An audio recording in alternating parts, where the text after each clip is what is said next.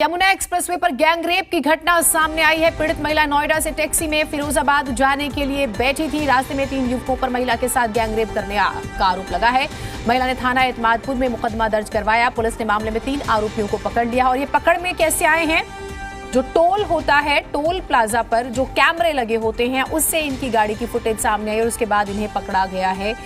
ये बड़ी खबर है। और गैंगरेप एक बार फिर से देखिए, उत्तर प्रदेश का हम जिक्र कर रहे हैं। एनसीआरबी का डाटा भी कई बार हैरान करता है जिस तरह से खबरें आती हैं।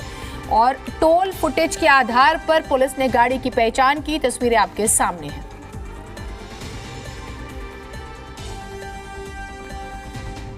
बलराम हमारे साथ, हमारे सहयोगी लगातार जुड़े हुए हैं। बलराम, जिस तरह से हम इस खबर पर बात कर रहे थे और सुरक्षा की बात, देखिए 8 बजे का समय, 9 बजे का समय, मतलब आप किसी भी वक्त निकल जाइए, आपको खबरें गैंगरेप की, रेप की मिलती ही हैं। ट्रांसपोर्टेशन बिल्कुल भी सेफ नहीं रहा, क्या हम ये कहें? बस में हमने दिल्ली गैंगरेप देखा जो मैं पहले बात कर रही थी, और ये टैक्सी की घटना जो है, जो सामने आई है।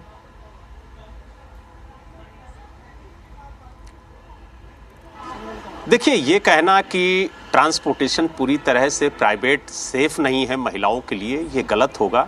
क्योंकि कई ऐसे ट्रांसपोर्ट हैं जो महिलाओं के लिए सुरक्षित हैं और महफूज हैं। लेकिन कहीं ना कहीं जिस तरीके से घटनाएं सामने आ रही हैं, उसको लेकर के सवाल जरूर खड़े होते हैं कि आखिरकार महिलाएं, चाहे वो दिल्ली हो, चाहे उत्तर प्रदेश हो, या एनसीआर का कोई भी इलाका हो, वहां पर कितनी सुरक्षित हैं।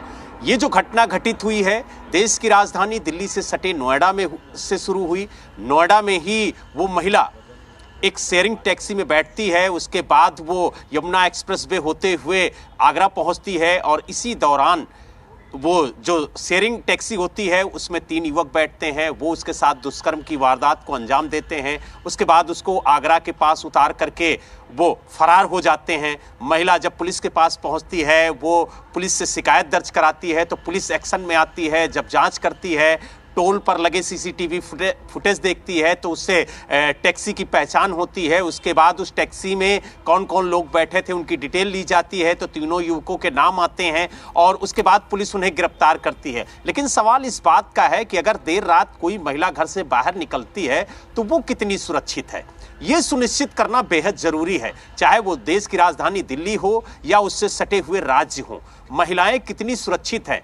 क्या अगर महिलाओं को जरूरत है, वो घर से बाहर निकल रही हैं और अगर किसी शेयरिंग टैक्सी का वो सहारा ले रही हैं, तो क्या उनके साथ दुष्कर्म जैसी वारदात को अंजाम दिया जाएगा? ये एक बड़ा सवाल है। और यही वजह है कि अब पुलिस इस तरीके की कार्रवाई करे ताकि एक नजीर बने ऐसे लोगों के लिए जो इस तरीके की करतूत करने की सोचते हैं या करते हैं।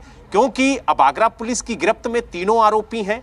अब देखने वाली बात यह होगी कि उत्तर प्रदेश पुलिस किस तरह से कार्रवाई करती है, किस तरीके से इन आरोपियों के खिलाफ कार्रवाई की तैयारी की जाती है। क्योंकि अगर कार्रवाई कठोर होगी तभी एक डर और एक भय व्याप्त होगा, और साथ ही समाज को भी ये सोचना होगा कि महिलाएं कोई खिलौना नहीं है, कि जिस तरीके से इस तरीके की वारदातों को अंजाम दिया जाता है, उन्हें भी सोचना होगा कि उनके घर में भी माँ बहन बेटियां हैं, और इस तरीके की अगर वारदात होगी तो कहीं ना कहीं सवाल जरूर खड़े होंगे। और सुरक्षा को लेकर के अगर हम यमुना एक्सप्रेसवे की बात करें तो कहीं ना कहीं यमुना एक्सप्रेसवे पर एक चीज और बताइएगा। हालांकि देखिए, पुलिस वाकई में सतर्कता से काम करती नजर आई, तेजी से काम किया पुलिस ने, तीनों को पकड़ लिया। जो एक बात समझनी है, अभी इन्वेस्टिगेशन जैसे जैसे आगे बढ़ेगी, कई थ्योरीज आएंगी।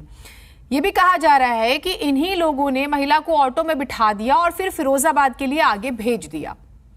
क्या ये भी संभावनाएं हो सकती हैं कि ये महिला के परिचित थे? क्या ऐसा भी हो सकता है?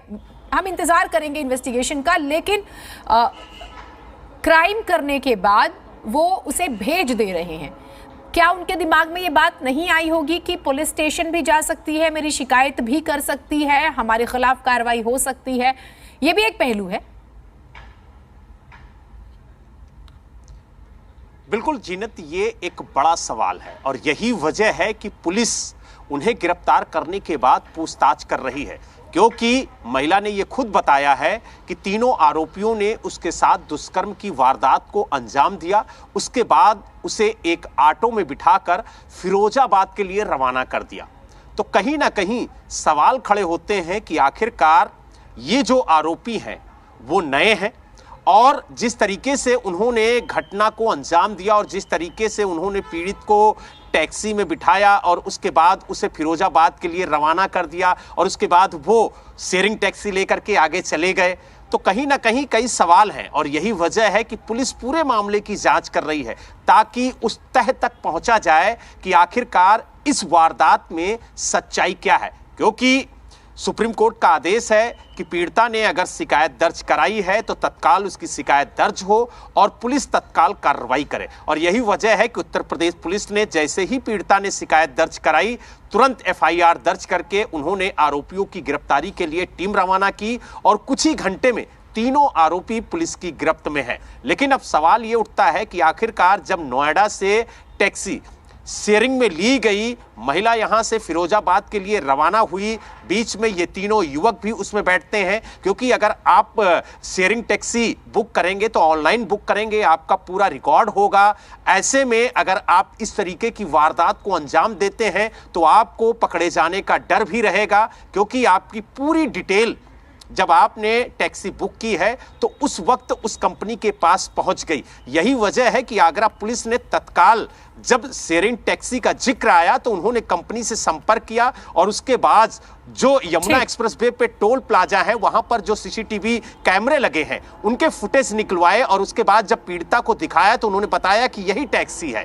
और उसके बाद उन्होंने पूरी डिटेल ली और डिटेल लेकर के कंपनी से जब बात की तो वहां से उन युवकों का डिटेल पुलिस को मिला और उसके बाद पुलिस ने उन तीनों आरोपियों को गिरफ्तार किया है। लेकिन सवाल इस बात का है कि अगर ये आरोपी ये जानते थे कि उनकी सारी डिटेल कंपनी के पास है, उसके बावजूद भी इस तरीके की घटना को अंजाम दे रहे हैं, तो या तो वो बेहद सातिर किस्म के अपराधी हैं और या फिर अनजान है कि उनके जो जानकारी है वो कहीं साझा हो गई है। आप तो हमारे साथ कुछ और महत्वपूर्ण खबरों पर बातचीत करेंगे, लेकिन ये खबर सामने आई है, गैंगरेप की खबर है।